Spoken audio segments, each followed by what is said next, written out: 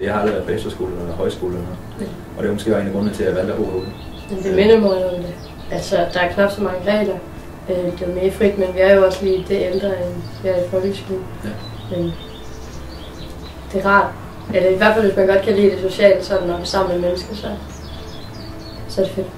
Efter skole er der bare rigtig meget gang i den. Jeg bor godt nok ikke på skolen, men jeg er der i hvert fald rigtig tit, fordi der er altid rigtig mange arrangementer. Der er super fede fodbold og fester. Og ture rundt omkring og se forskellige gårde og sådan noget. Så eleverne gør i hvert fald også meget for, at der sker lidt. Ja, men her på Bygholm, det er ikke så meget i skoletid. Det er mere det der efterskole med de folk, der egentlig bor her på kostskolen. Hvordan man har noget socialt sammen med dem. Og det, ja, vi har da en lille kortklub her på vores gang, som til at hygge os lidt med at spille nogle spil. Ja. Jeg ved ikke, bruger du motionscenter eller noget? Nej. Jeg kan vel så gå ned, jo. Ja. Hvis det er det, man har lyst til.